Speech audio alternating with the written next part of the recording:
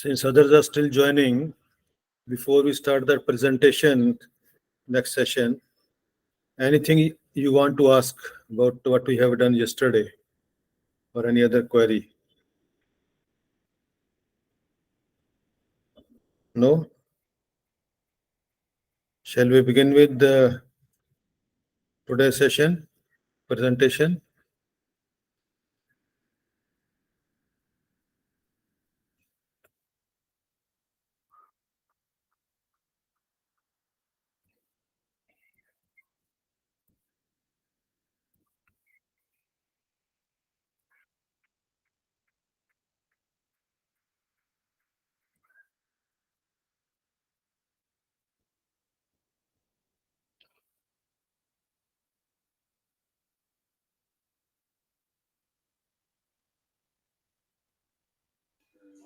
Good evening. Good evening. This is Yes, okay. sir. I just want to know that is there attendance for these classes?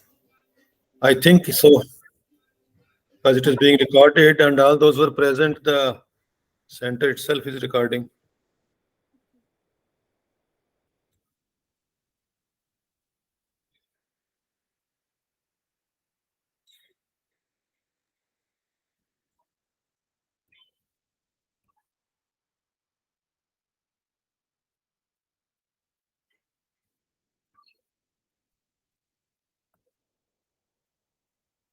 We had left at this screen yesterday. We were talking of consumer behavior and what all affects the consumer behavior, the factors which are affecting the consumer behavior. I think we have been a little slow yesterday. We have taken more time considering the overall this thing. We are just about finishing the unit 1, whereas you have another 3 units to do.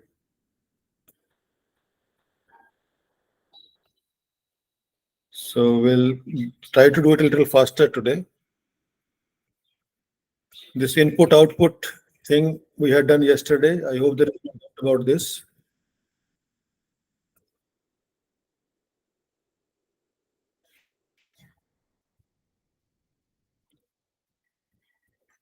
Then we had talked of the factors.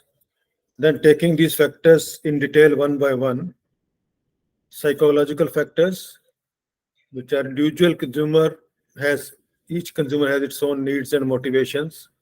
What his perceptions are, how he perceives the world, how he perceives himself as linked to the world, and how he wants to present himself, attitude, what he has learned over a period during his lifetime, younger days, school, college, office, depending on what stage of life he is in, and his own personality characteristics.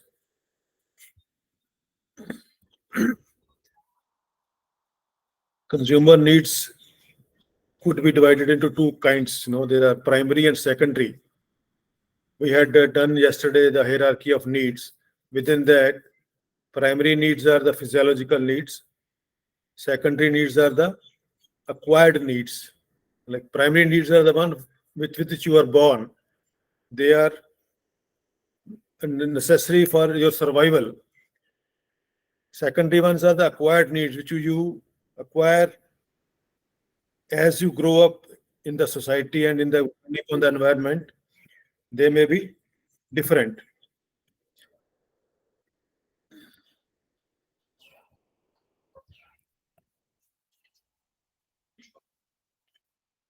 That we had talked of the other this thing, the subsequent ones, self-esteem and the security and the status and all those things, they become secondary needs. This we had done yesterday. Will not go through this. Only thing I will like to reiterate is that the needs which have been satisfied are no longer the motivating needs. Unsatisfied needs and the wants are the motivating factor.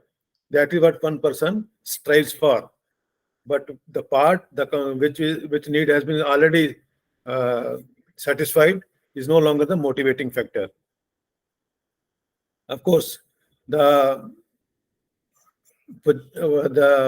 what a product is can satisfy different needs for different persons. Like say a bicycle. One example which is taken up in your study material is that a person may buy a bicycle for commuting to office.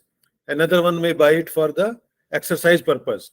He has a car to go to the office, but for exercise, he buys a bicycle with maybe slightly different features. So product is same, but the market segment which it is catering to are two different ones. One will come in the sports category. Some bicycles are marked as sports bicycles, and the other one is a normal bicycle. This need has to be linked with the which particular market segment you are catering to. Same product with a different variant, you can use it for satisfying different types of needs, and because of this variation, you may be able to serve more than one market segment.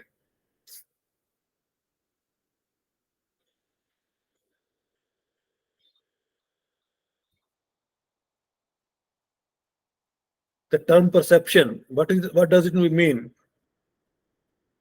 How do we perceive the world?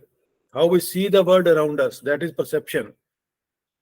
We have our sense organs, 5 of them, but still the stimuli remains the same, but how that is perceived by one individual, it varies from the individual to individual, depending upon the person that he is.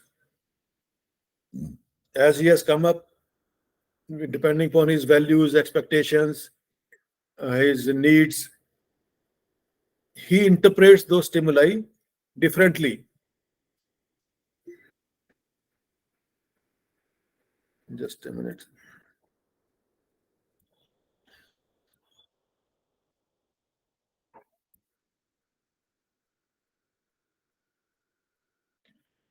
So the perception is the concept which explains to us that why the same phenomena, same stimuli is taken differently, and the reaction to that stimuli or response to that stimuli under similar conditions still differs from person to person.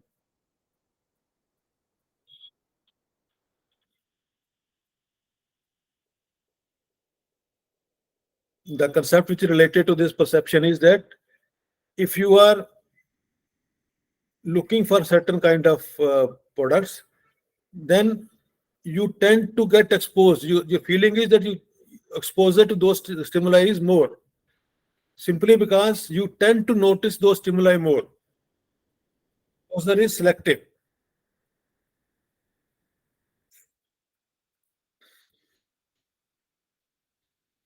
This disturbs the flow of this thing, not meeting people. So you have to identify the potential customers more accurately, since and your communication has to be directed at those particular segments, because those who are not interested may not even consider this thing, but those who are interested will be very very much inclined to take note of your product.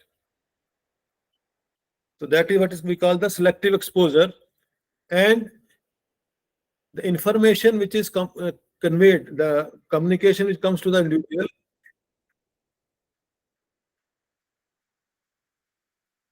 is distorted. The person who is interested, for him that message what is conveyed will reinforce his decision, and the reinforcement can be both positive and negative.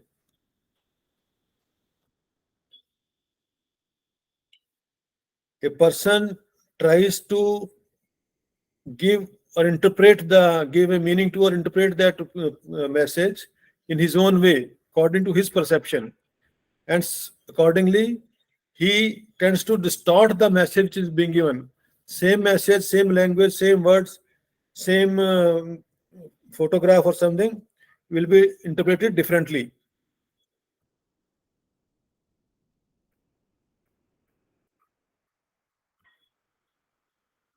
Retention, and whatever is received and taken in is retained selectively.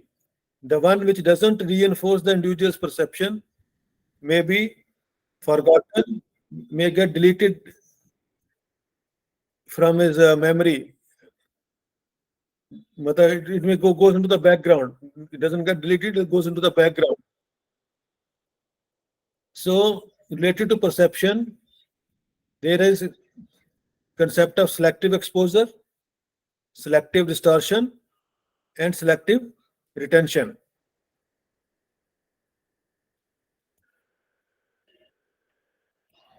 I hope this is clear. And that explains why the communication, the advertisement, the publicity a firm does is taken in or noticed differently by different individuals, different types of consumers. Learning, learning is something which we find that is a acquired thing. Much of our behavior as an adult, what we are doing is most of it is a learned behavior, right from the childhood, the parents, the school teacher, and others whom we get in touch with keep exposing us and persuading us to behave in a particular way. Learning as a concept is important because it tells us as a marketeer that consumer can be made to learn a particular kind of desired behavior through giving them a particular type of stimuli, motives, and by reinforcing his views, giving him responses, the cues which will reinforce his behavior.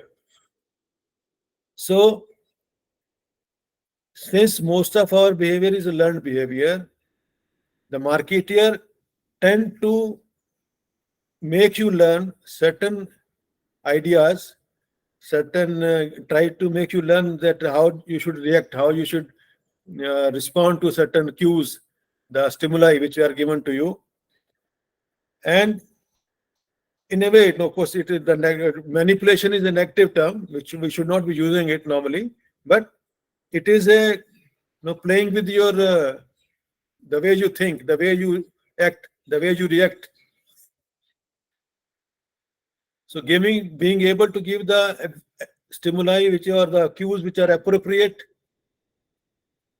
will make that person go for your product, make him motivate him to buy your product.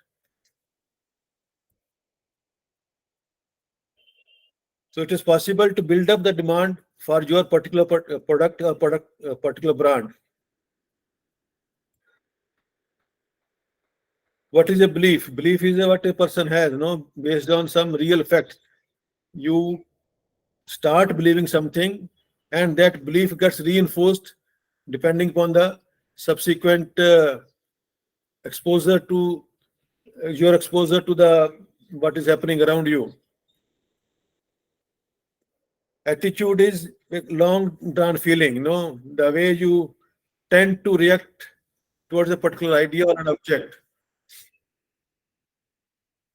Attitudes become primary, like say, of course these days there's less emphasis. I don't know, is probably not doing it, but aptitude test, you must have heard about the aptitude test, was used to be the common thing for certain streams of learning, educational streams. And the same for like say your aptitude for the army, or whether you have aptitude for the medical, or whether you have an aptitude for the attitude, and aptitude is slightly overlapping. Attitude is the way you tend to evaluate the things, the way you tend to react towards a particular idea or an object. Aptitude is more inherent. Attitude may be acquired over a period of time. Aptitude is something which is expected that you have inbuilt.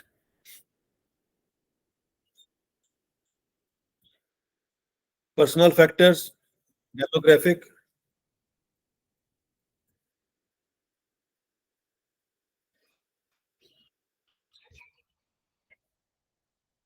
age, gender, stage in family life cycle, no, like single person, married, married with kids, married with adult kids, then old age, no, kids have gone, they are settled on their own, just two, and then maybe one at the end of the life, maybe just one person back to that.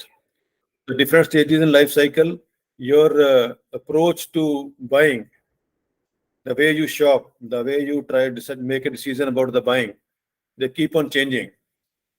A single person just got a job fresh and getting money in the hand for the first time, he will like to splurge. A married man with the kids, he may be more concerned about the saving for the kids or for their education and other things, and accordingly your buying behavior will keep on changing.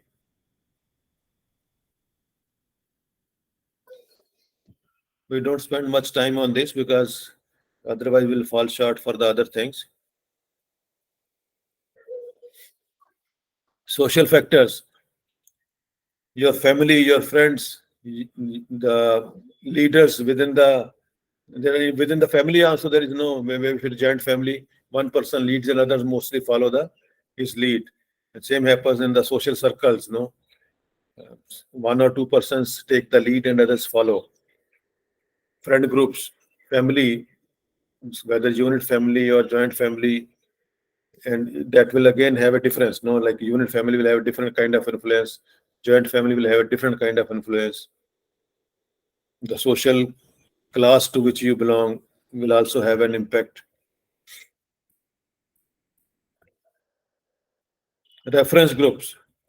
Reference groups are the ones who to whom you tend to look at when you are trying to make a decision, particularly for say the kind of products which are high value, durable goods. You tend to take into consideration the views of the others, maybe within the family, maybe with the friend circle, maybe some office group. So accordingly, the people to whom you refer, you may likely to refer at what I consider the reference groups, which can be further subdivided into primary or secondary. Primary is the one which who you have with whom you have regular interaction. Secondary is where you have interaction only occasionally, once in a while, not regular basis.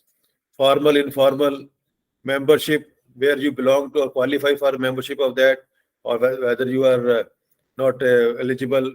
If you are not eligible, then maybe you are aspiring to become a member of those group. A symbolic group, you are there's not a formal group, but it's just you want to belong to, but maybe you are not still considered a group, but you are close thereby.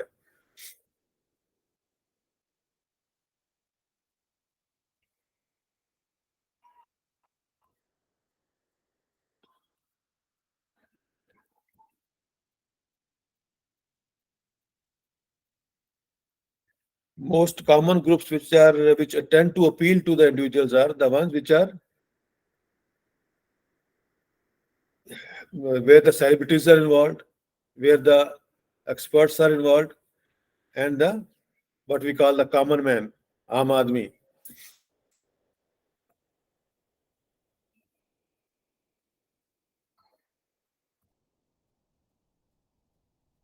Some persons with whom you have the direct interaction are referred as direct reference groups, family, friendship, formal social group, formal shopping groups, work groups, consumer action groups. The names clarify the what kind of groups they are. What happens is that if you're member of a particular group, that membership gives you a certain status vis-a-vis that particular group.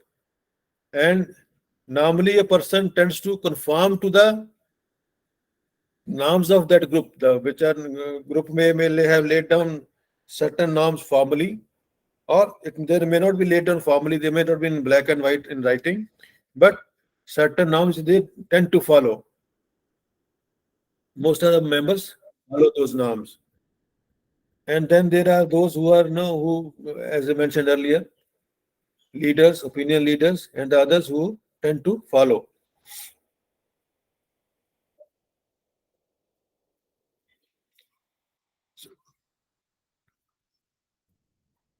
From the marketer's point of view, it will be important if you can influence the opinion leaders within a group, because their opinion matters. If they accept your product, may their thinking, their views may be accepted as it they are by the others in the group. So diffusion or spread of that information and or that particular details about that product through the opinion leaders and bringing people round to buying your product becomes much more easier. Culture, religion, knowledge, customs, traditions, work patterns, all these become part of the culture and they tend to affect the buying pattern of the individual.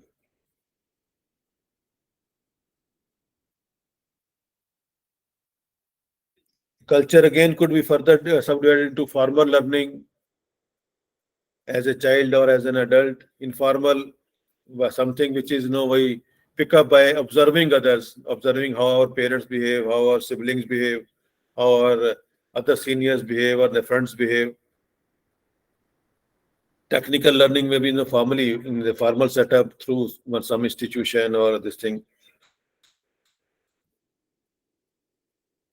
Important point is that informal learning is more amenable to the advertising strategy,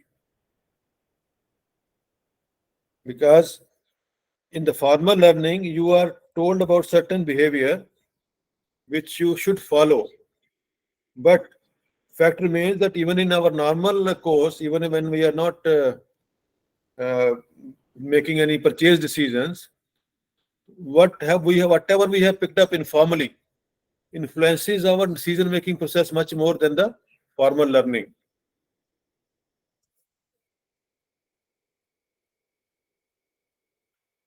Some of the recent changes which have come up in the cultural setup, cultural environment, you can say, one is that there are more and more labor saving devices which have come up, which add to the convenience of the individual in whatever capacity. Education levels have gone up, literacy rates have gone up. Accordingly, the responses have undergone a change. Obviously, the person who is illiterate cannot be exposed to the print media. A person who is literate can be exposed to the print media. So it becomes easier to communicate with him. People have, over a period of time, become more conscious about the physical appearance. They were less concerned earlier. People have become more materialistic. The earlier this thing that doesn't matter, koi fark nahi padta. That has been discarded. People are more conscious कि yes, इसका भी फर्क पड़ता है, इसका भी फर्क पड़ता है, how you look फर्क पड़ता है, how you dress फर्क पड़ता है. Within that, those cultural features, a subculture is where you can, within that given culture, you can identify certain subgroups which have similar behavior.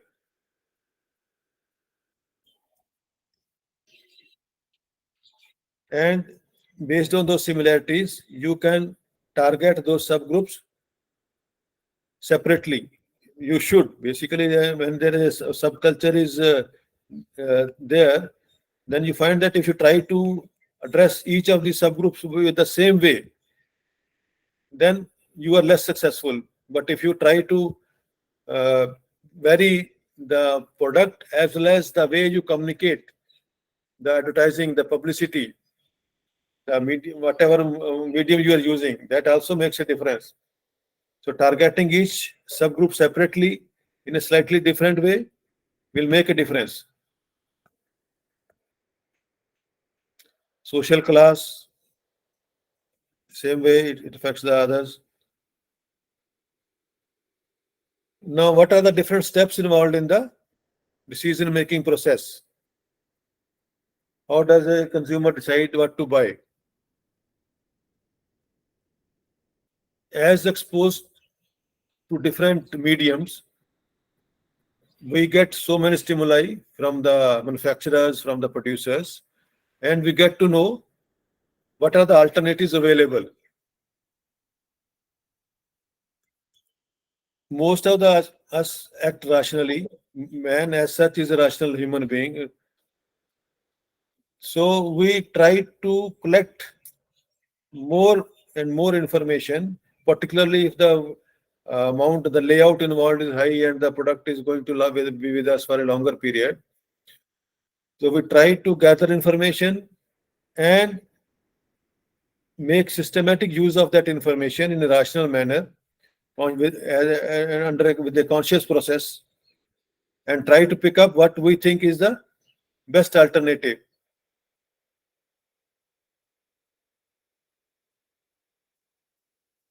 So based on this, the decision making will depend upon the three major considerations will be there.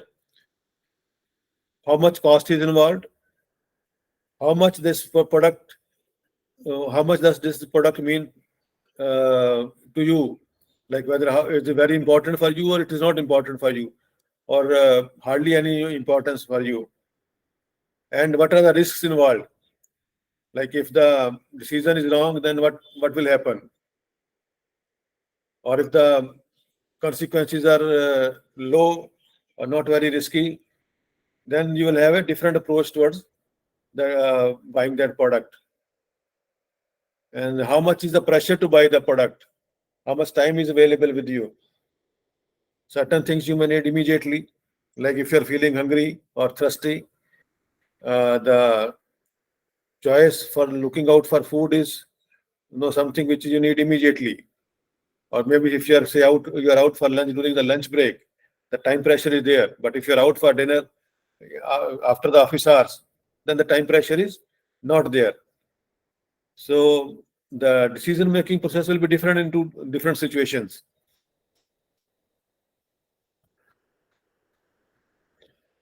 Based on this, we can divide the types of purchase decisions into three kinds. Routinized, when the degree of involvement is very low. This is for the products which are having a very low price, low cost outlay, and which are regularly purchased. Something like, say, your shaving cream, toothpaste, some other toiletries, or say some kitchen products, food items, dry ration, and all. Other kind is what we call the limited problem solving. These are the products which are not bought in a routine manner. They are not bought regularly. They are unfamiliar products. So you will like to collect more information about them before you make a decision what to buy. Extended problem solving is for the products which may fall in the way the product is new in the market, or product is such that you are going to buy it. Like say buying a home, you may be buying only once or twice in a lifetime. Buying a car, maybe once in 5 years, 10 years. Those kind of things which are involve the extended problem solving, where you try to get as much information about the product as possible before you decide what to buy. Of course, there may be some overlap. Like for people, there are people who can afford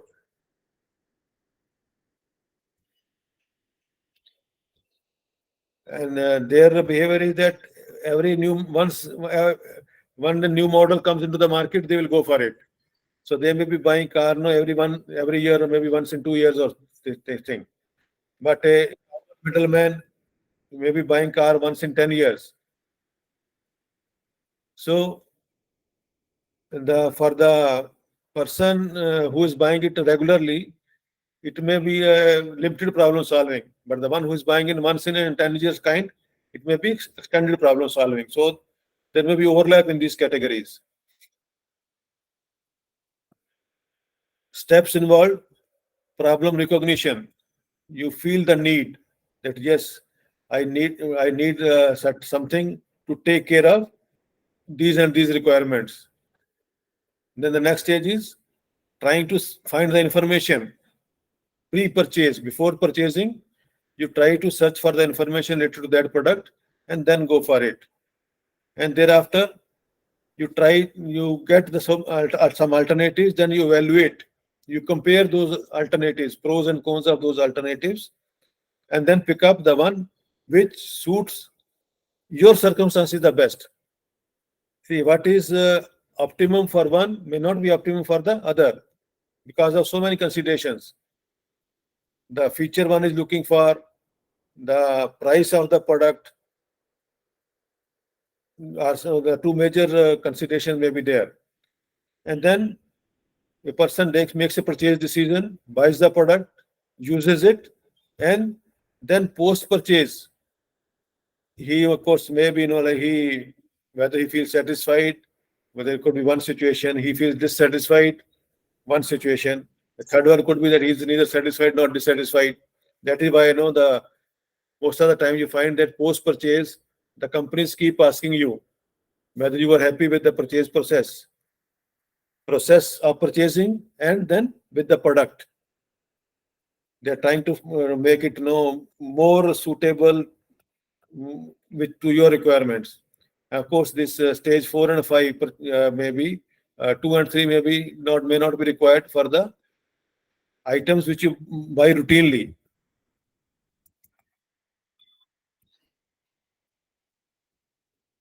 These are some models of buyer behavior.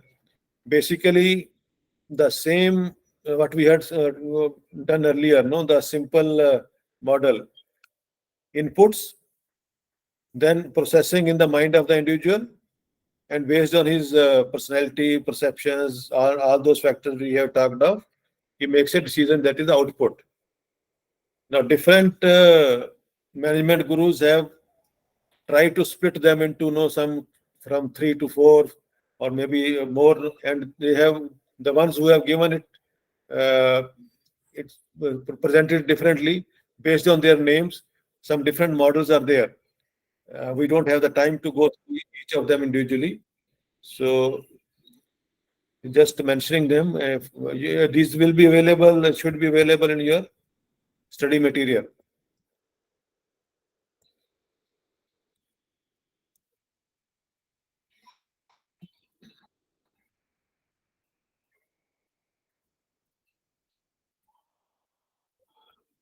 Now, yesterday someone had mentioned, and I had told that once it comes for subsequently into this presentation, will come to the decision-making process, the models.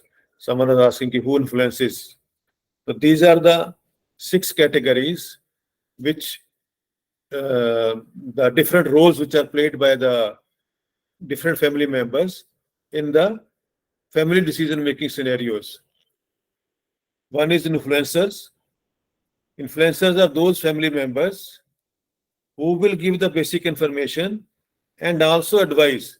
And by this process of providing information and giving advice, they influence the purchase decision.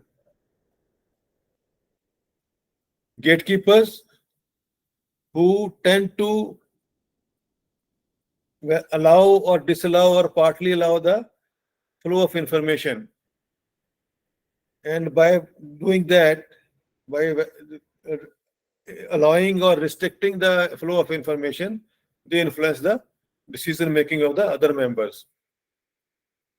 Then the deciders, those who have the power to decide, normally head of the family, or maybe if the children are small, husband and wife taken together jointly, they are the ones who are decision makers.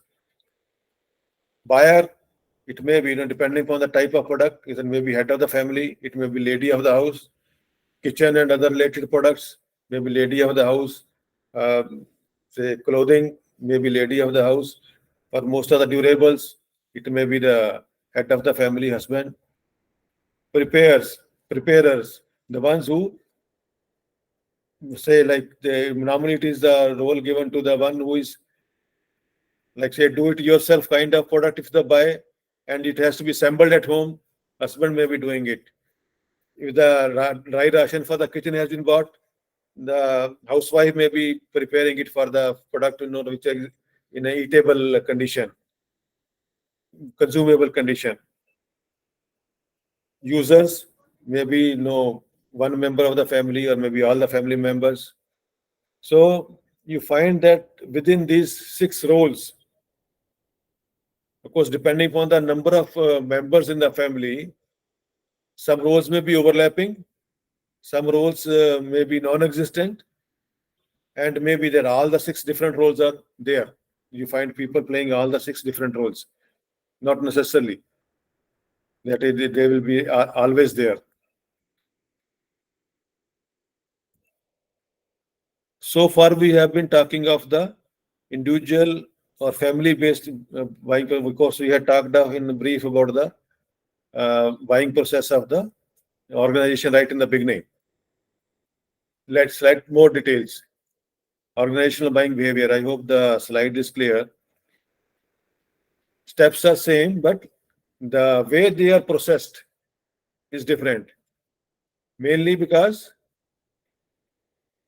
in the case of organization, those who provide the funds, those who demand the particular type of product, like production department will make the demand that we want such and such raw material and such equipment for being able to produce the output for the consumers.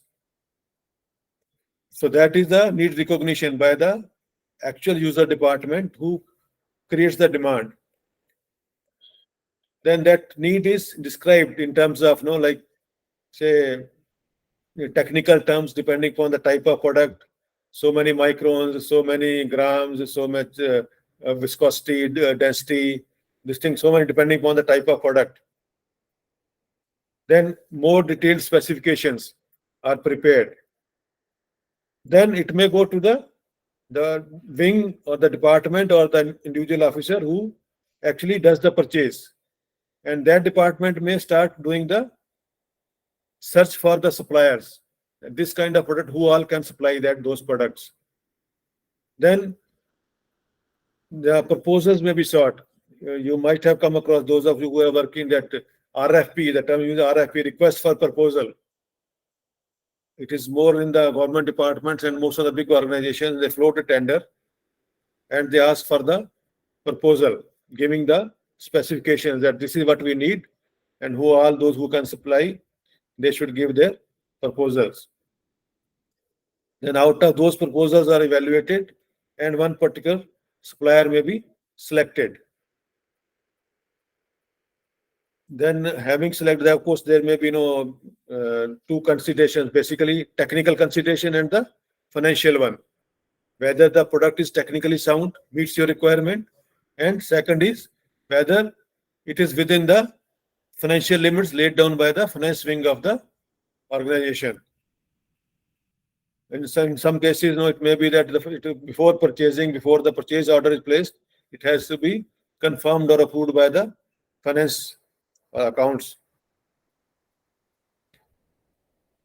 Then it may be like actual usage, and it may be repeat order with the same specifications, or it may be it is after the review of the performance there may be modifications, and again the whole cycle can start all over again. If it goes to the government, it becomes even more complicated, because in the government it is public money, and the idea is that public money must not be wasted, and a business organization may still have some leeway, but a government department doesn't have more leeway. So more restrictions are there in place in case of the government. But factors affecting, like we had talked of, factors affecting the individuals, factors affecting the organizations can be brought into 4 categories. Environmental, what we had talked of, the economic, technical, political, legal, social, and all those things. And most important is the competition, organizational factors, companies' policies, the procedures, the setup, the structure, the hierarchy, all those become part of the organizational factors. Interpersonal, who has been given the authority. In some cases, decision making is very centralized. So everything may go to the top management. In some other companies, the decision making process may be decentralized. So middle management may be taking most of the decisions for the certain categories. Personal factors, those who are involved in the process, even though procedures and policies are laid down, still their individual personality has an impact on the this process. Well, younger person may be more aggressive, more easily amenable. Older lot may or may not be, depending upon what kind of exposure they have had in the job and their place in the hierarchy of the organization. All those, and like some people are more willing to take risks. Some people are risk averse. They don't want to take risk. It will affect their decision making. Same person in the same organization within the same policies and procedures, if he is not risk averse, his decision making will be based on different considerations. If he is risk averse, he will have a different kind of decision making process.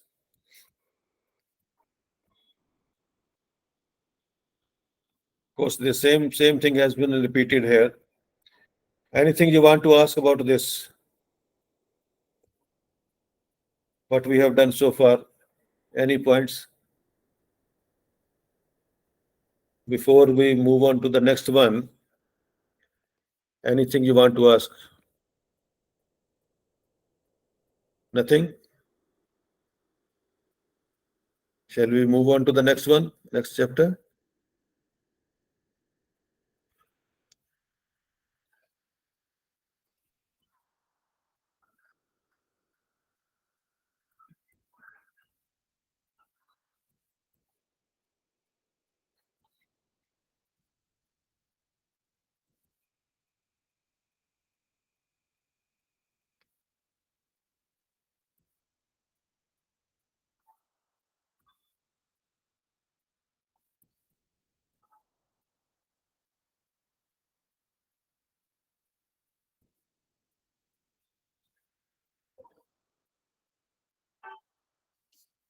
So far, we have been talking of more of the in the previous session about the consumer and why the consumers tend to behave in a particular manner.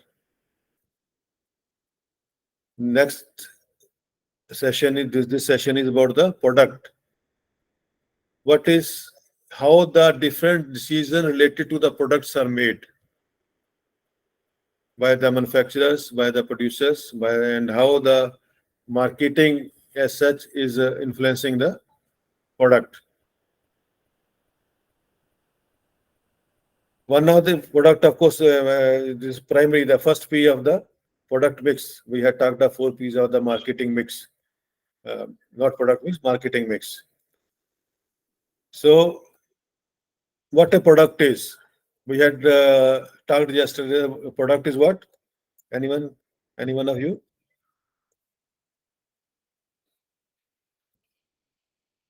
Bundle of satisfaction. We had mentioned that product is not just the physical product.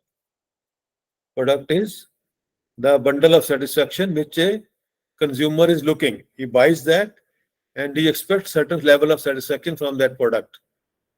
So consumers tend to evaluate the what is being offered by the producer based on 3 basic elements. What are the features of the product? What are all the different features that the product is offering? The quality of the product, good, bad, very good, worse. Service mix, how it is being made available, and the price. Price as related to the quality. linked with the quality. The quality related to the product features and quality related to the price, two different aspects, and how it is being made available, the way he can get it. So product, anything which can be offered to the market, no, it may be a physical product, it may not be a physical product, but which satisfies some need or want of the consumer, is a can be considered a product. It may or may not be physical, it may be just a service, it may be experience, information, idea. That is also a product. So from that point of view, the product is defined in a very liberal manner. So as I mentioned earlier, the customer buys the physical product, but his interest is not in the physical part of the product. His interest is in the what benefit or what utility he will be able to derive from that product.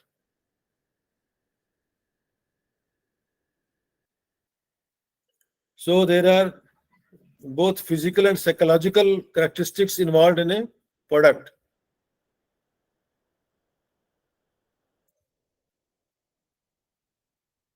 Like say you have some food,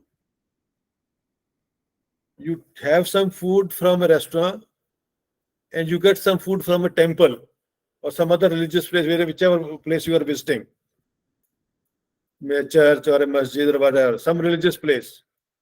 How do you view that at that? It may be same thing which is being offered as a prasad or which you are buying in the market, but your approach will be different.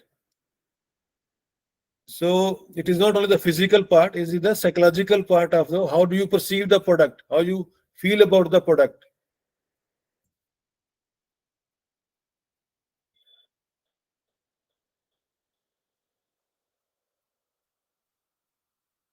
From the marketer's point of view, when you are trying to plan a product or a service offering, you consider 5 different product levels.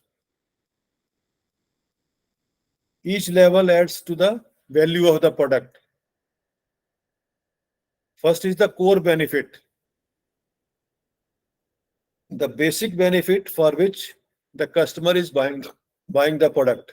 That is the core benefit. That core benefit converted into a basic product.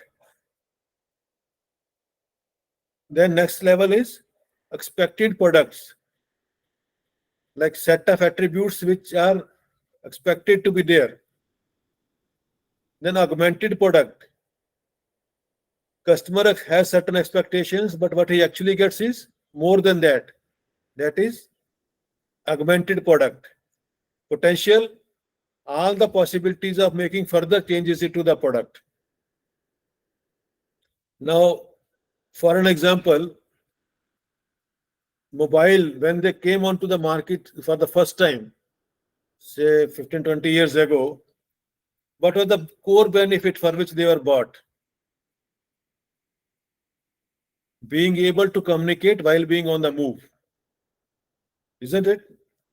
That was the core benefit of having a mobile. Now, this core benefit, which the customer were looking forward to, of being able to talk while being on the move, was converted into the basic product, which turned out to be a mobile phone. Now, mobile phones to begin with, they were just the devices through which you could place a call or receive a call. Then sending SMS. Over a period of time, what all the augmentations have happened? And of course, from the marketer's point of view, all those augmentations have come up because different companies have tried to keep on adding features to it so that his product becomes one better than that of the competition. So music system were added, MPS,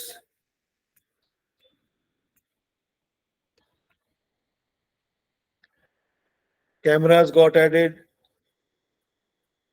Then, of course, internet and all those things, and of course, these days, what is the latest in this thing is, and potential, of course, is keep on increasing. This has become a substitute for your not only laptop, camera, microphone, speaker, all those things. So many things got added into the mobile, and the potential is still higher. Like this has become a substitute for an office. This is a mobile can be your working office. You can do so many things. High-end mobiles, it is possible to do all the office work through the mobile. We are taking this class from mobile, sir. You are taking it from mobile. Yeah, maybe I am doing it from the laptop, but you may be taking it on the mobile. So that is it. That is the potential of the product, and you can keep on adding. This is not the end. You may get no further things will come up in this area. So I hope the concept is clear. Different levels of the product: core benefit, basic product, expected, augmented, and the potential.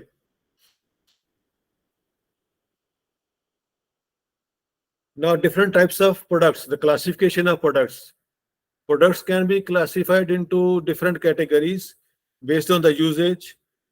They could be called two types: consumer and the industrial. Consumer is basically meant for the consumers. Industrial products are meant for the business setups, business establishments, which they buy for the further processing. So, consumer products are directly consumed by the consumer users, and whereas the industrial products are used for making further products.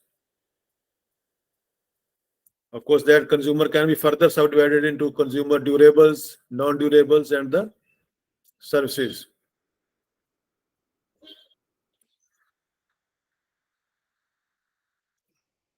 On the basis of shopping habits, you could divide it into 4 different categories. Convenience goods, which are bought as a convenience. You don't spend much time.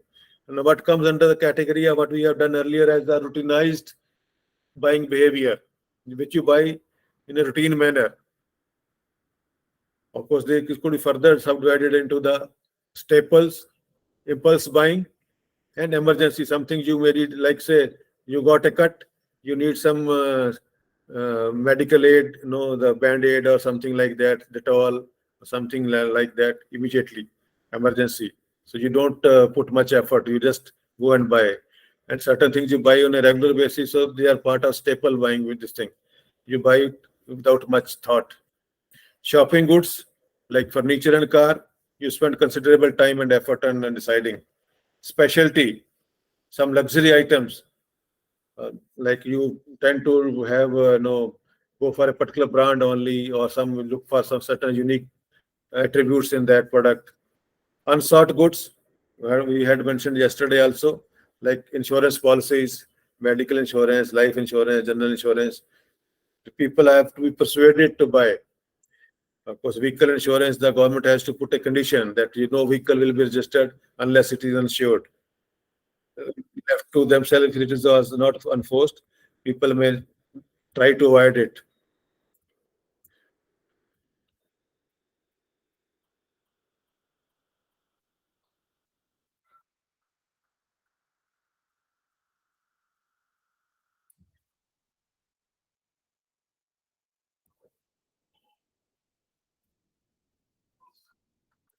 Industrial goods. How do you divide the industrial goods like the shop, the other thing?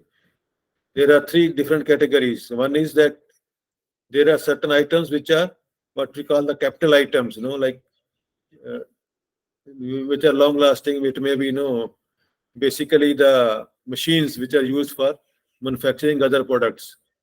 Then the raw material and the components of those things.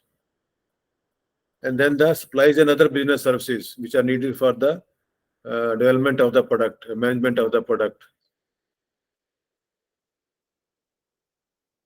Consumer goods are divided into different categories. Industrial goods are also divided into different categories. It is basically for the ease of identification. No, like say when you are buying, the process involved may be again different for these different categories, different subgroups. Materials and parts may be raw material. It may be manufactured materials. No, like say, say there's a car manufacturing plant, they need components, nuts, bolts, paddings, microchips, all those things which they buy from other manufacturers. And there are certain companies which are like buying raw material and converting them into the usable items. So there are what we call the raw material intermediate products. We convert into intermediate products which are used by the other manufacturers. It may be very natural products, farm products. Natural products may be low value, high volume, and then for such things, the long-term contracts are made. Like say, steel plant uses what? Iron ore, which they process. Then they need some maybe coal or maybe some other energy source, thermal or the hydro or the whatever other source it is coming from.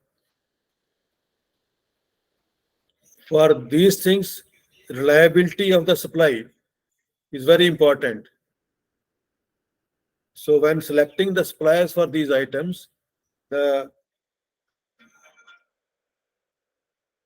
buyers have to be very particular, because any disruption in the supply chain will disrupt the production process, which the organizations cannot afford. Farm products are mostly sold through the intermediaries. So producers are many, agricultural producers are many, and of course, the government is trying that the role of intermediaries should be cut as far as possible. But the fact remains that intermediaries have a major role. And of course, farm products being perishable also need certain specialized kind of storage. Maybe, like certain categories may need the refrigeration, cold storage. And for them, the promotional activity may not be required, because they become part of the basic needs for the final consumers. So you don't need to promote them unless you are processing them into certain different variants and then selling those variants. Then you may have to emphasize, like say, one major thing which is coming up of late is what we call the genetically modified food grains, fortified food grains, or fortified salt, or certain other items like that, in which you are trying to make some changes to the basic product, and then you try to advertise them as such. Organic or inorganic, another category which has come up in the farm products. Organic, they claim that no pesticides, no this thing, and then because of that, the final output for the product is less, so price is higher. Manufactured materials and parts, we can further divide into component materials: iron, yarn, cement, the basic ones, and the parts, which are after conversion, they become motors, cylinders, tires, like that. So when the component material is processed further, they are processed and they are used into the final products, whereas components may be used as it is in the final product without further processing. And since these are used by the producers for the final product may need advertising and publicity. But for this kind of intermediary, at the intermediate level, there may be no promotion required. It may be required, but it's less important. It's not very important. capital items, long lasting, no, like say the machinery. For a factory setup, you have two kinds of this thing: installations, building is there, office is there, and then there's certain no equipment to make that office or the factory functional. Air conditioner, air compressor, boiler.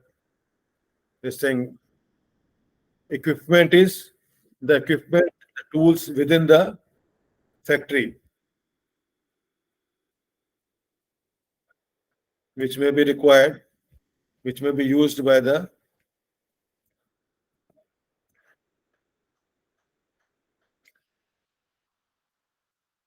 lift trucks are there, hand tools are there. Like in the office setup, so it is not a say manufacturing activity, it is an office setup, then maybe laptop, desktop, photocopier, fax machine, these kind of things, no?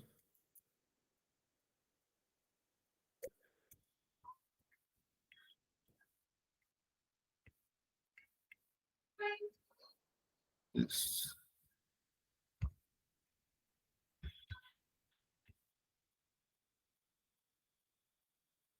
Someone is waiting now.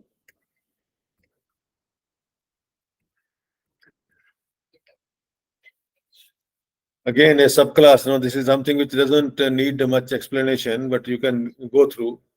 Two kinds: one, maintenance and repair items, paint, nails, and all, operating supplies, lubricants, coal, writing paper, business services, maintenance and repair, the repair of the equipment installed, air conditioner, machine repairs, and all, and advisory services, legal, management.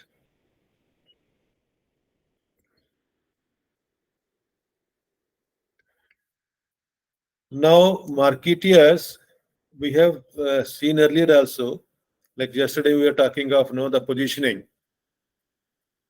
What positioning is basically was that you try to make a variant of the product, add some feature to the product, and claim that your product is different from that of the competition. So marketeers always looking for some way of adding a newer dimension, new feature to the product, so that differentiated product can be branded, can be promoted as a specific brand. When the product is, if there are no differences between one product and the product of the other manufacturers, we will not be able to create a brand. To be able to create a brand, some differentiation is required. The basis of differentiation could be the form, the size, shape, color, or some other physical features. The attributes which are available, the utilities which are possible, or the in terms of performance quality. Like say there may be a model which is serving only the basic purpose, and a slightly advanced level which has more features added to it, and further you keep on adding features and you keep on increasing the level of the product model, each catering to the different categories. Again, like say mobile, if you take the example of mobile again, sub 1000, mobile which is available for 1000 rupees or less, and mobiles which are available for 1 lakh plus, and large number of variants in between, large number of brands, and how they have gone on adding the features. There was no camera, then there was a single camera, then there was dual camera, and now they come with the 4 cameras are there. Selfie was there, then that is possible to take a wide angle photographs. So many ways, you are trying to add on features, trying to differentiate, and of course, whosoever comes up with the differentiated product in the market for the first time has an advantage. He will have an advantage over the competition.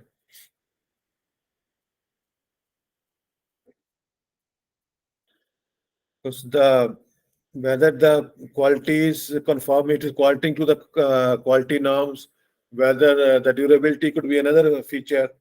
Some product which is less durable will have less brand value. More durable will have a more value. Like say, because we should be identifying by the name of the countries, but say Chinese products or the Japanese products. What is the basic consideration about the durability? The Chinese products, it is expected that they will work at least for some time.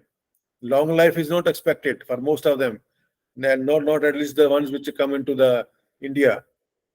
Of course, I am told that what they supply abroad is of a better quality. But a Japanese product, Japanese company, normal expectation is it will have a more durability. Lifespan will be more, longer. Then how much the product is reliable? Again, the same example can be repeated. Probability of the product functioning and product not functioning for a given period of time. Repairability, like whether the product can be repaired or it has to be, once it malfunctions, then it has to be discarded only. No way of repairing it. Of course, those which can be repaired will have a better market value, more demand. Style of the product, how good it is to look at, appealing to the eye or not appealing, whether like say something you feel good about, when you have it and you feel good about it. You may not feel good about it if it doesn't have the particular kind of look, design, the service. Service is not only the service post purchase, ease of placing an order. In fact, the advantage which the e-commerce sites have over the conventional type of marketing is ease of ordering. Sitting at home, it is possible for you to have a look at the different variants, the sizes, the colors, the prints, the design, and all those things. And then deliveries at home. And if there are technical products, there will be person will come and do the installation. And then there is a post-installation, some period of warranty, servicing and all, 6 months, 1 year, depending on the type of product. The ones which have a longer warranty, a longer service period will have an advantage.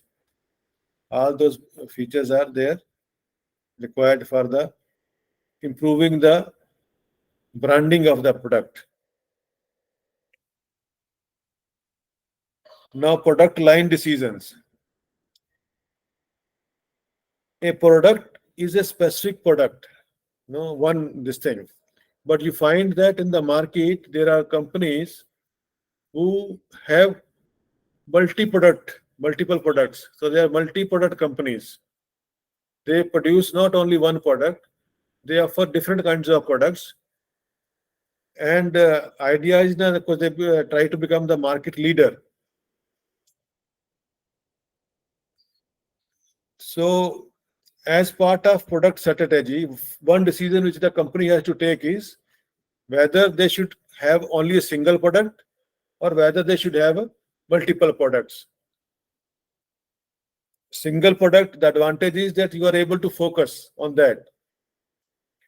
Multiple products may require a much bigger establishment to be able to have to ensure that each product has a adequate focus. So the setup required both at the manufacturing end and the subsequent steps, storage, delivery, you will need a much larger setup. Of course, the companies who are profitable and who are doing well in the business, over a period of time, they tend to become multi-product and multi-location companies. Most of them start as at a single location, single product. Successful ones, they over a period of time, they tend to become the multi-product, multi-location companies. So product line refers to a group of closely related products. Like HUL, Hindustan Unilever, one of their product categories is personal care. In the personal care, they offer so many items, but they have more than one product line also. Like personal care is one. They are into the product category, the food care, refreshments level also too. They are in the home care also.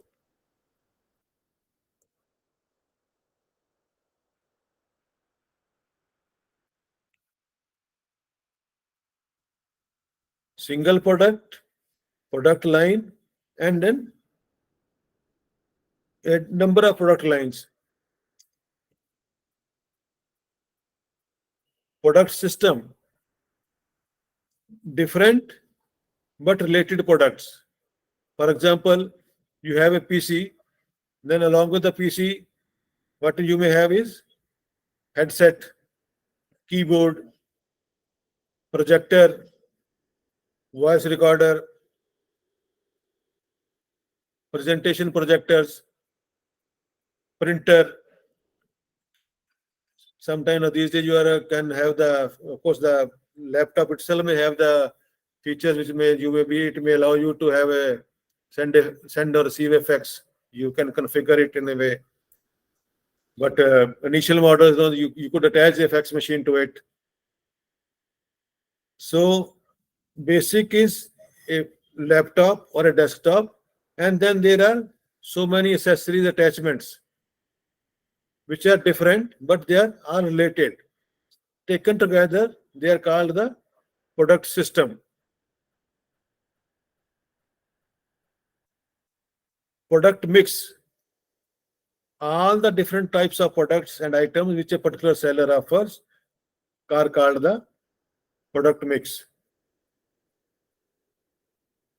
So, of course, we don't have much time with us, so we cannot go into too many details. But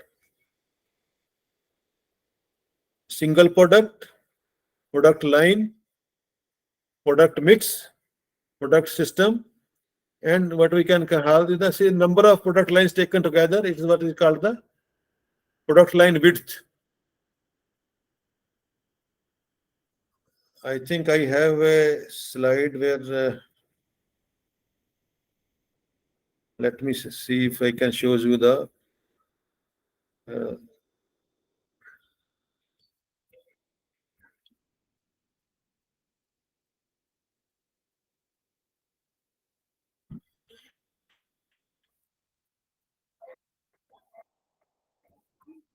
just be with me. If I am trying to look at the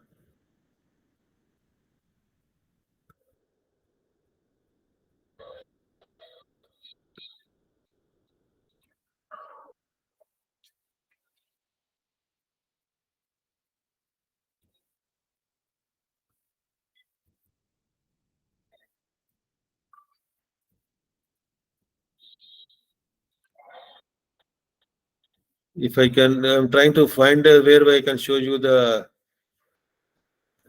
this thing which is some sketch which can show you all the different features in one go.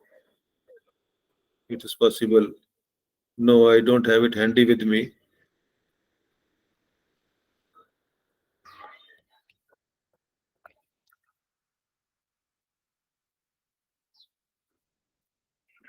Of course, I think it should be part of your study material also.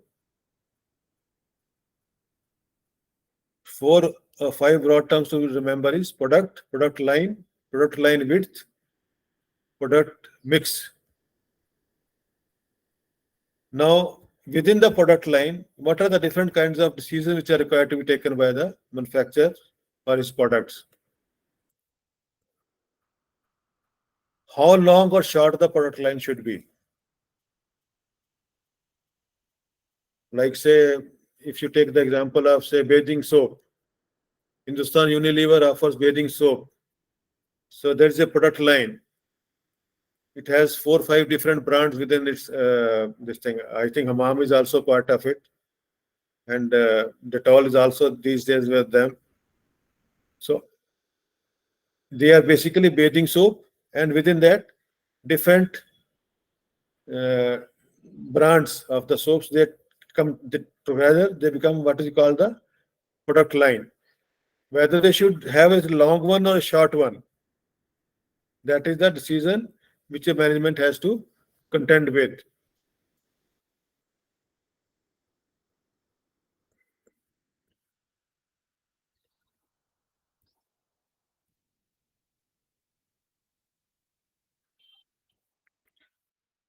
Because the management, in with a view to increase the market share,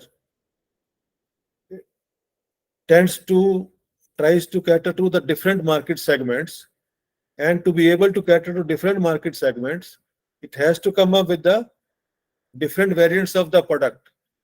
So if it wants to capture a larger market share, it should have a long short line, a long product line, but then it has to have the resources to match that. So if permitted by the resources, a company will like to have a long product line. It may be restricted in that by the financial considerations and maybe by the technical considerations. And of course, the potential, what is the profit potential, whether that particular product is profitable enough. Like a company will not like to add to the product line simply because it wants to cater to a particular market segment, but whether that particular market segment is generating sufficient profits. If not, then it may even drop the product from the product line. They may shorten the product line instead of lengthening it.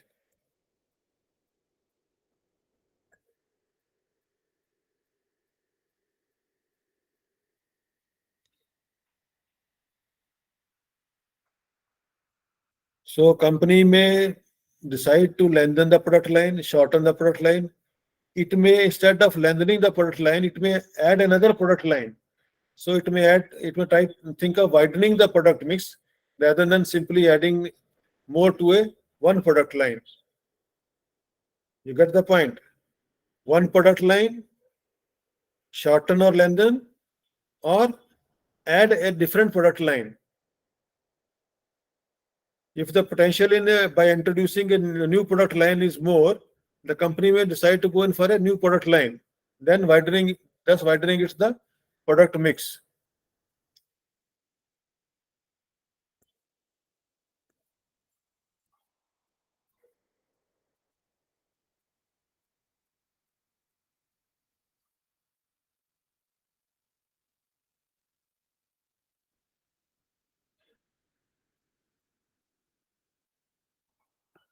Now, product line length, no, it may depend upon, like say, you sell one product, and like say, most of the time these days, like if you buy a laptop, a printer becomes almost a necessity. Now, if you are not adding to the product mix, what will happen? The consumer comes to you, buys your product, and for the component or accessory, he has to go to the other manufacturer. Other manufacturer may take advantage of that and adds to his product line or product mix and start selling it. So you'll find that from the consumer's point of view, where he can get the basic product plus all the accessories, he will prefer that instead of going to two or three different sources trying to acquire. It is for us also, like say, if you have to buy something, you will prefer that you can get everything at one go at one place. So that becomes a consideration for adding to the product line and product mix. Because it may be, like depending upon the economic growth. Sometimes the economy is growing, sometimes it is decelerating. Ups and downs are there in the economy, so that may affect the line and length and the mix of the product. But all those companies who are looking to have a high market share and a high level of growth in their sales and the profits tend to have the long product lines as well as the wide product mix. It helps them generating the higher level of profits and having an increased market share and even building of the brand.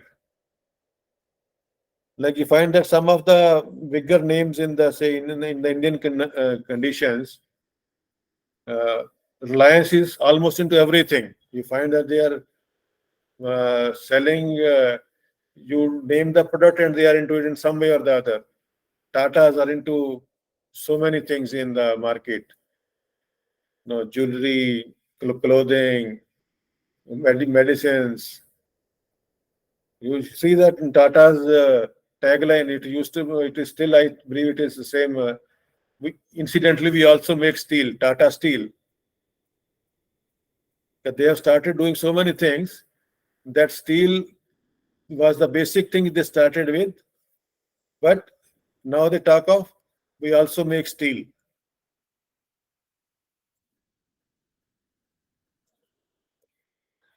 What happens is that over a period of time, if the company is doing well, the company is growing, then the product lines tend to lengthen. That is a norm. Sometimes it so happens that the company has been set up and there is excess production capacity available with the company, and the company wants to make use of that excess production capacity because the basic capital outlay has already been done. So to make it functional, the only operational cost will be required. So to make use of that excess capacity which is already available, company may add more products to this product line. And as I mentioned that since from the consumer's point of view, consumer will prefer on some company which can offer all the products, all the related products for a particular core product. So the companies tend to add on to those items which are complementary or supplementary to their basic product. And sometimes they may add even those products which are not very profitable, but since they are complementary to the main product, they will like to have them.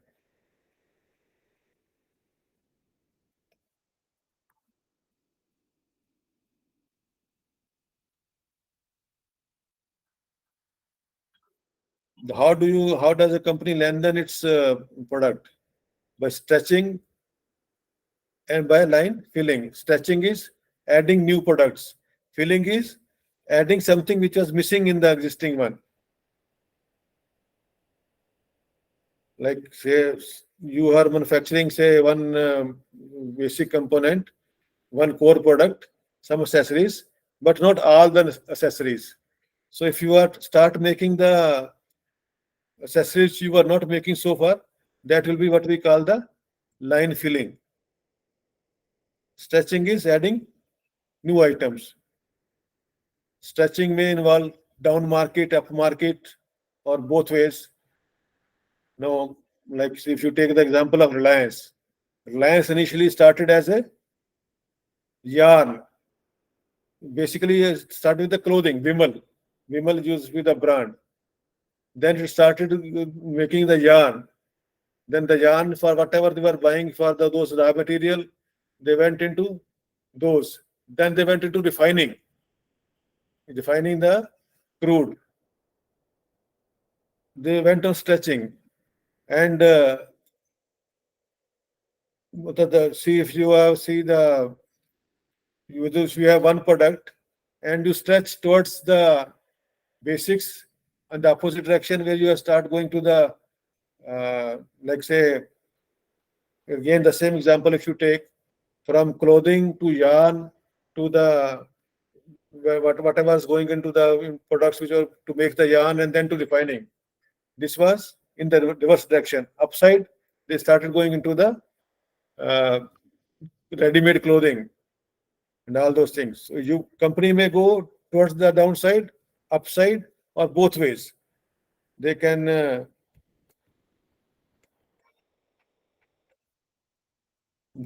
decide. Of course, the resources are always the major consideration. Of course, Reliance and Tata's and some other business houses, they are the ones who have deep pockets. They can afford. And even when they go for this thing and they are suffering some losses to begin with, they don't mind. So down market stretch is to introduce a lower market stretch and to tie up the lower end competitors, who may try to match your this thing. So you don't want them to this thing. So to take care of them, to outcompete them, you go to the down market stretch, or you may find that market where you are there presently, that is stagnating. There is no growth. So the company may think of stretching either way, upside or downside. Of course, the what we had discussed yesterday about the positioning. So while doing that, you have to take care of the positioning considerations. Like it can become a case of under positioning or over positioning or confused positioning while trying to stretch the your product line.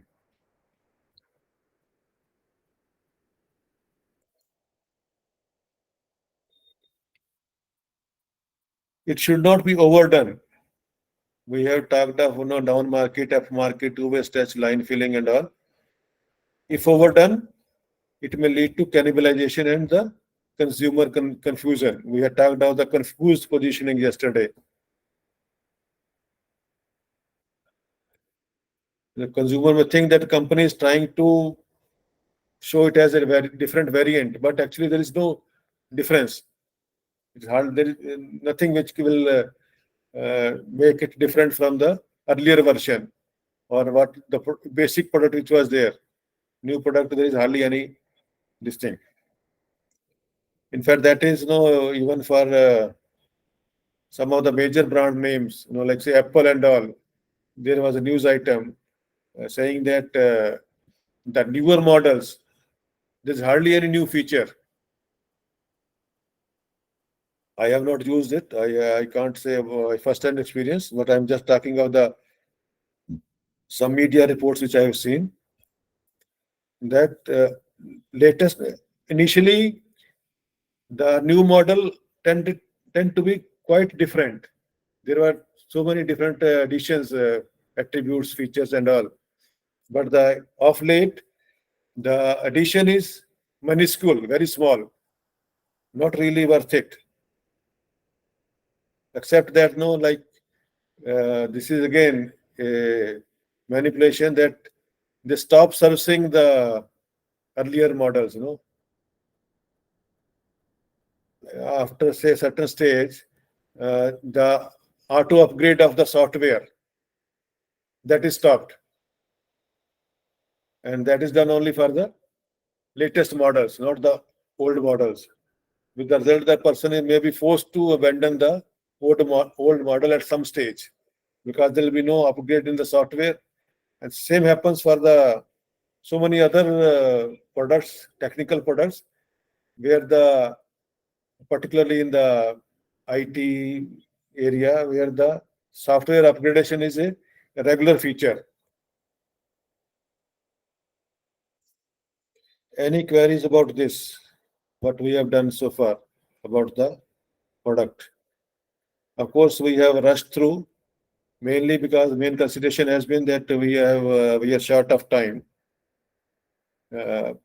In more conducive circumstances, we could have spent more time. So there may be, of course, questions may be there.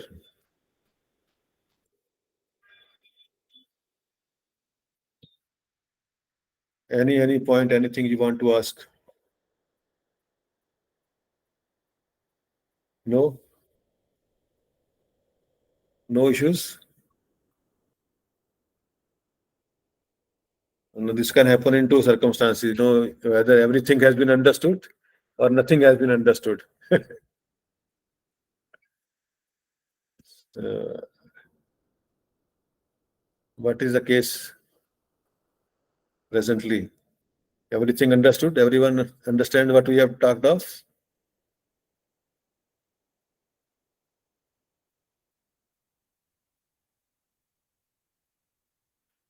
Okay, there are no queries. No one is raising the hand. So we stop sharing this particular current one and we go to the next next session. Next.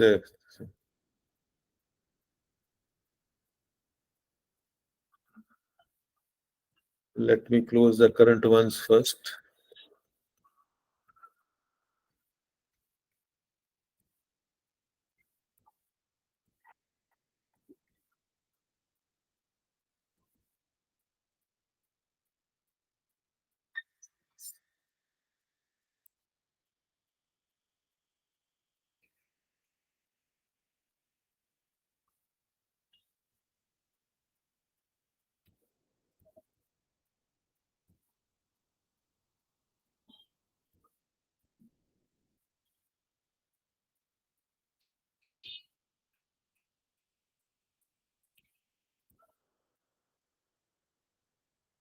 Now the next chapter is about the branding and packaging. You have come out into the market with certain product. Next important step involved in that is how to package it and then how to brand it. Packaging has become so important that they have started talking of the packaging as the fifth P of the marketing mix. We had talked of 4 Ps of the marketing mix. They started talking of the 5 Ps. Now, packaging has become so important. And why brand is important? Because a brand helps in easy recall for the customer. And the possibility is that whatever he is able to recall easily, he may go for buying that particular brand, that particular product for that manufacturer, that producer.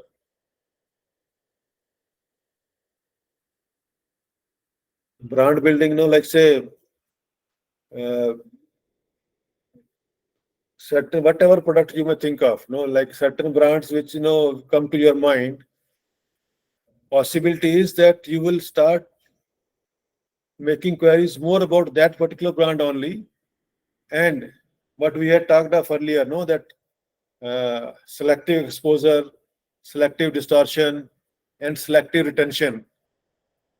Branding affects that. You may tend to distort this thing and you retain selectively, and that selective retention reinforces your decision-making process. You may tend to go for a particular brand which you can easily recall, vis-a-vis the one which you cannot easily recall. It is relative between the two particular brands. Or packaging, of course, is important because it not only protects the product. Packaging helps the protecting the product, but it is also can be made to attract the attention of the consumer. More attractive the packaging, more the possibility that consumer will get attracted to it. Of course, branding to begin with was confined to some of the international companies, international brands were there. But over a period, now we have so many well-established, known Indian brands as well.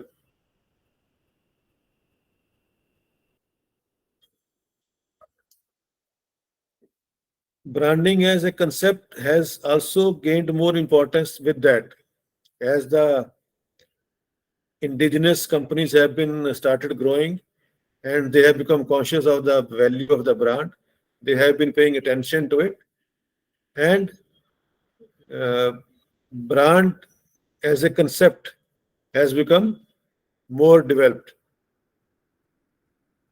Initially, it used to be, simply, like say Birlas, Birla this, Birla this, Birla that, or now you see the Tatas, Tata Steel, Tata Motors, Tata Technical Products, Tata Services, this thing, everything, Tata is added to that. Reliance, Reliance, so many things. Of course, the Geo has come up with one brand in the mobile area, in that sector. So basic thing is that both branding and packaging have gained in importance of late, which was not the case in the Indian conditions initially. But more and more companies are realizing the importance and are going for it. What is a brand? How will you define a brand? Any word, mark, symbol, or a combination of all these taken together. All these, or maybe one, two or them or three of them, which enables the individual to identify a particular product or a service, is a brand. Basic idea is that it should be easily identifiable. Function of brand is easy identification. The definition given by AMA is a brand consisting of a word, letter, and a group of words or letters. Single word or letter, or a group of words or letters, comprising a name which is intended to identify the goods or services of a seller or a group of sellers, and to differentiate them from those of the competitors. This is it. You pick up certain name, which, because there are plethora of products, large number of products, then how does a consumer differentiate one from the other? Brand. So a company uses this to differentiate its products from that of the competition. The brand name becomes a means of identification for that particular brand.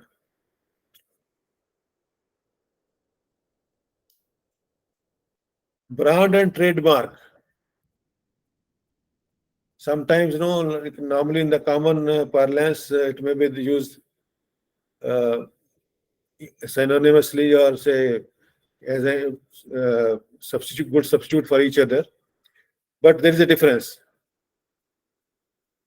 Brand is a symbol for the purpose of identification. Anything, like I said earlier, it could be a mark, it could be a design, a logo, or a particular picture, or a color scheme, which becomes a basis or a means of identification other than a name. Trademark is a legalized version of the brand. A brand mark which is registered with the legal authorities after registration gets the legal protection. Once it is legalized, a trademark is identified with a particular company and a product. No other company can use that. There is a legal protection given to that trademark. A brand, till it is registered with the relevant authorities and given that status, doesn't have the legal protection.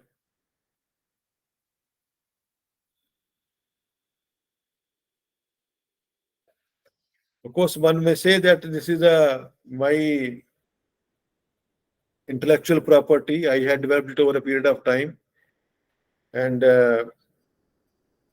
he may be able to go to the court and claim certain protection and this thing.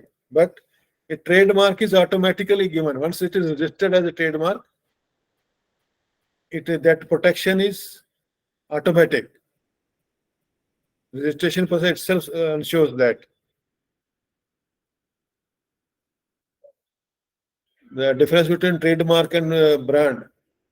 I hope it is clear. Now, what are the decisions which are relevant to the branding? What decision will be required to be taken for branding or not branding a product? First of all, most important is whether the product should be branded at all, because brand building involves certain costs.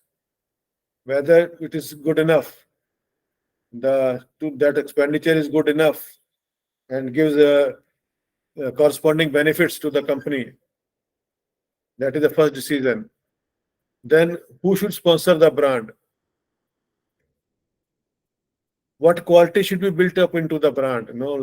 How to ensure that that particular brand must have this. This is the basic quality. If you are promoting a particular brand, what you are trying to say is that this brand means this much level of quality is ensured. Then whether should be individual branding or the family branding. We'll be taking up these things subsequently. Then for the same product category, whether it should have a single brand or more than two or more brands. That is another decision which is required. Suppose you have a brand which is already established. Should it be given a new meaning? Like that is akin to what we call the repositioning. You have a certain position, a particular brand for given a certain position, whether you should reposition it, new position should be given to it or not. These are some of the basic decisions which you are required to take related to the branding. Let me have a look whether this thing. We'll take it up one by one only instead of rushing it.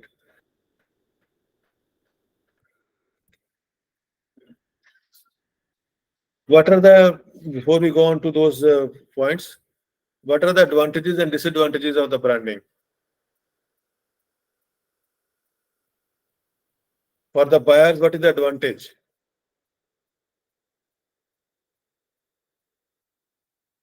A particular brand for the consumer is assurance of quality. That if it coming from from one particular manufacturing company whose brand is there, that different batches of the product will have uniform quality. Basic level of quality is assured. It won't go to that extent. From the decision making for buying or shopping, it becomes easier.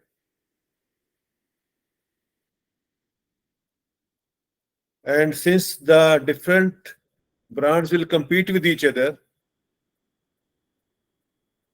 perforce they will try to improve upon their products. And overall improvement may be there with all the different brands, and the consumer is the beneficiary.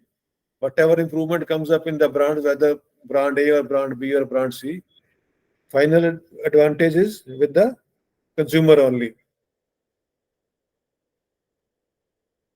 And of course, the certain brands, carry a snob value.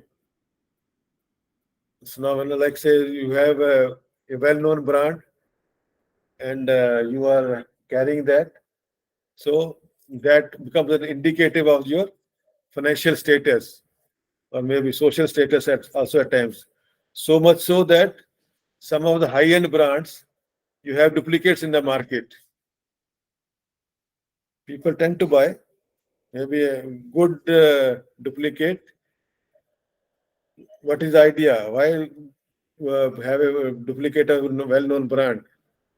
You pay less price, but you expect that you will be having the same financial status or social status because that is what we call the snob value. What are the negative aspects?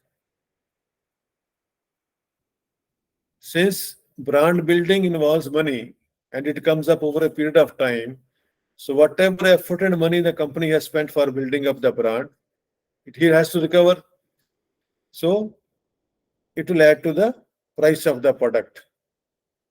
To be able to recover the extra cost involved in brand building will result in the price being increased.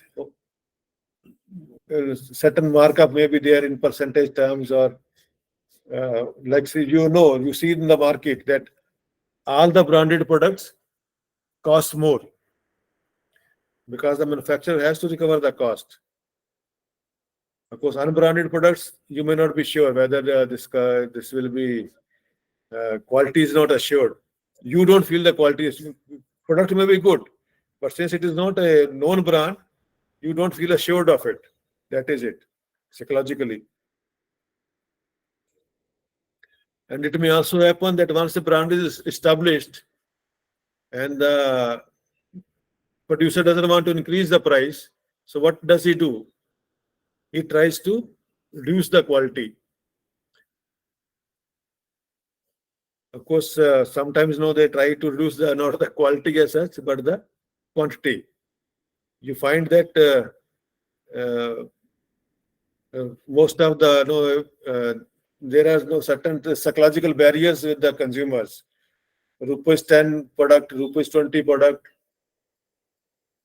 No, say in the 10 rupees, if you were getting 50 grams earlier, they will start giving the 45 grams and then they give 40 grams. Instead of increasing the price from 10 to 12 or 13, they keep the price level same but reduce the quantity being offered. Which can work. They can either reduce the quantity or they can reduce the quality also. It can happen. From the seller's point of view, how does the brand, what is the advantage of the building brand? Easy identification. Easier the identification, more the likelihood of the customer buying it. One thing. Within the given market, it may create a niche for itself. A particular share of the market, which may be loyal to that particular brand, and may have that may become a very stable component of the market, which is loyal to that particular company. Of course, they have to maintain the quality. I have to assure, and that kind of gives not a monopoly but a quasi-monopolistic power over the consumer. That is how, because of this quasi-monopolistic power only, they are able to charge the higher price.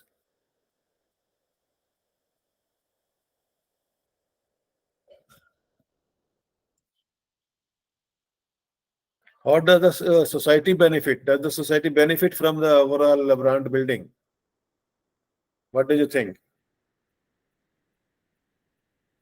As I had mentioned earlier, that different brands try to compete with each other, and how they can compete.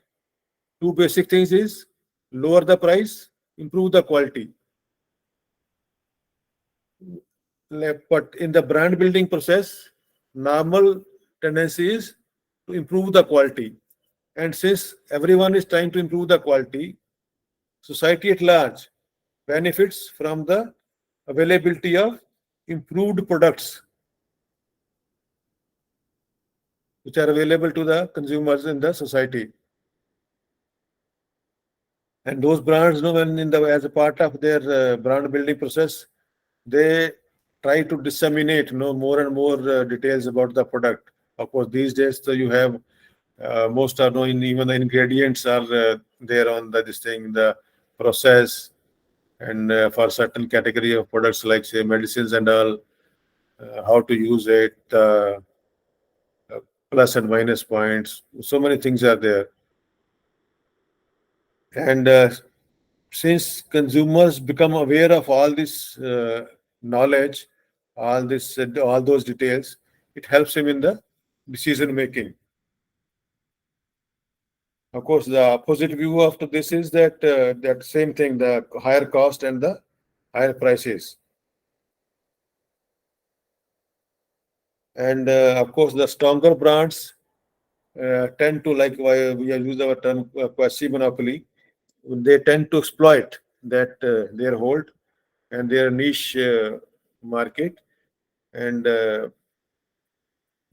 they try to charge higher. This happens so in the more certain categories, like say uh, fashion clothing, certain fashion houses, they build up the value, and then that is why you find that the uh, products which are uh, having a certain like Satyapal or so many others are there.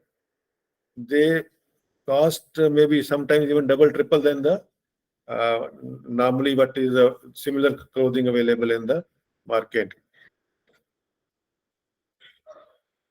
Now, those points which we had raised earlier, the decisions required. What are the pricing decisions required here? We had talked about the branding decisions. We take up these here.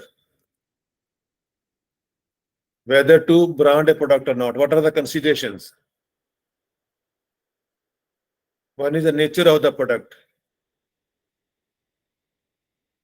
Of course, these days you find that even the kitchen items, like even atta is branded, or the say dal or rice, like Lal Kila rice, or what are the different brand names for the wheat and the atta. Even they are branded. Leave out the other consumer products. Even these are the kitchen items which used to be never branded, but of late this thing that even they are branded. So, I mean, it is nature of the product has become a secondary kind of thing. Almost everything gets branded these days. What kind of outlets where you will be selling those products, where you will be making those products available, that becomes a consideration. Then what advantages the company perceives that because of branding, these are the likely advantages which will accrue to the company. They may or may not actually accrue, but these are the perceived advantages. How much it will cost to build up the brand. Like for building up a brand, you have to uh, do more promotion to ensure quality. Also, you may have to spend more. No, the quality control department has to be established, and then rejection level to be able to ensure that each piece is good quality. Rejection rate may be higher. That is extra cost. We may have to, as a part of building up the brand, you may try to uh, promote for the promotion, advertising, publicity, and other things. More effort, more frequently to you may have to do it, and you may have to do it in the multiple media instead of confining yourself to only a limited media medium.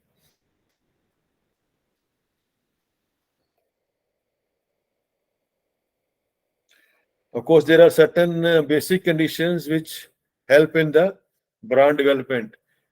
If the GDP is improving, the economy is improving in general, then it is expected that the income levels are improving. And particularly if the income levels are more equitably distributed, that will result into the more disposable income in the hands of the individual. More income makes the product more affordable for the individual. So since it becomes affordable, he may like to go for the branded product rather than the unbranded product. It becomes a chain. The most of the time, no, people don't buy the branded product because of the cost consideration.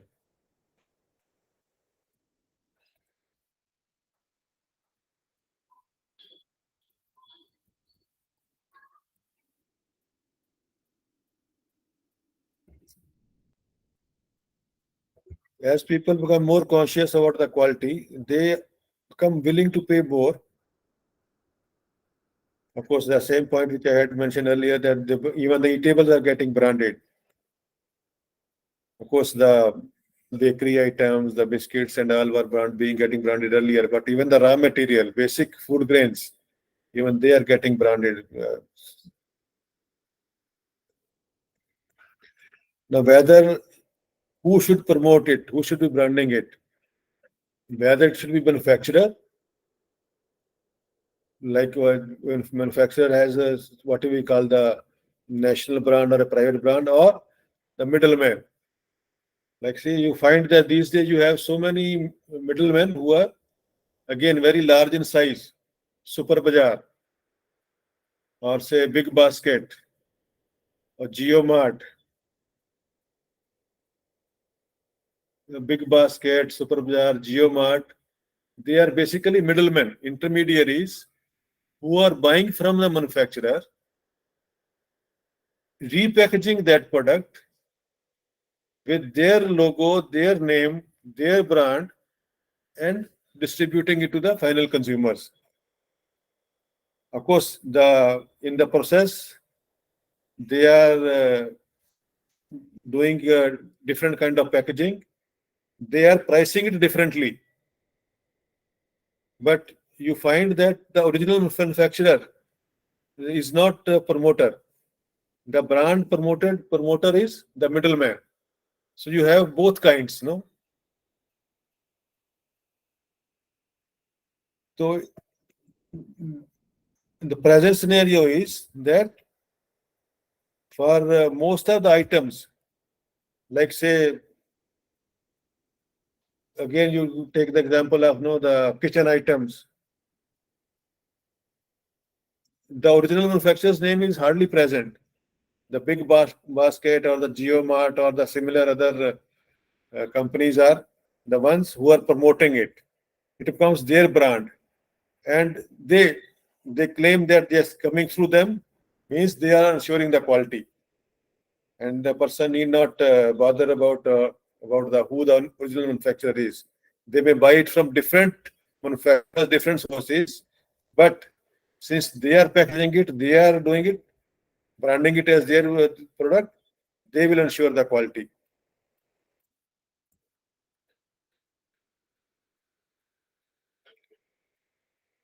And accordingly, the positioning of the product will again, it may not be the original this manufacturer, it may be the middleman's.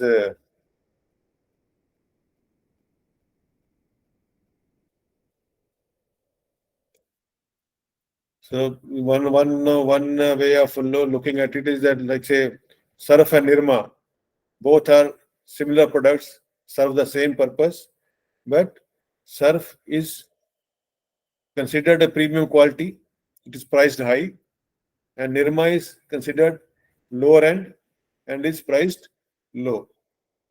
It is already 6. We will stop here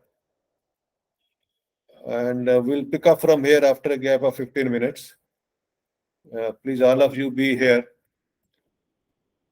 And I will request that people join at one time. That people who keep on joining in between, they tend to disrupt the flow.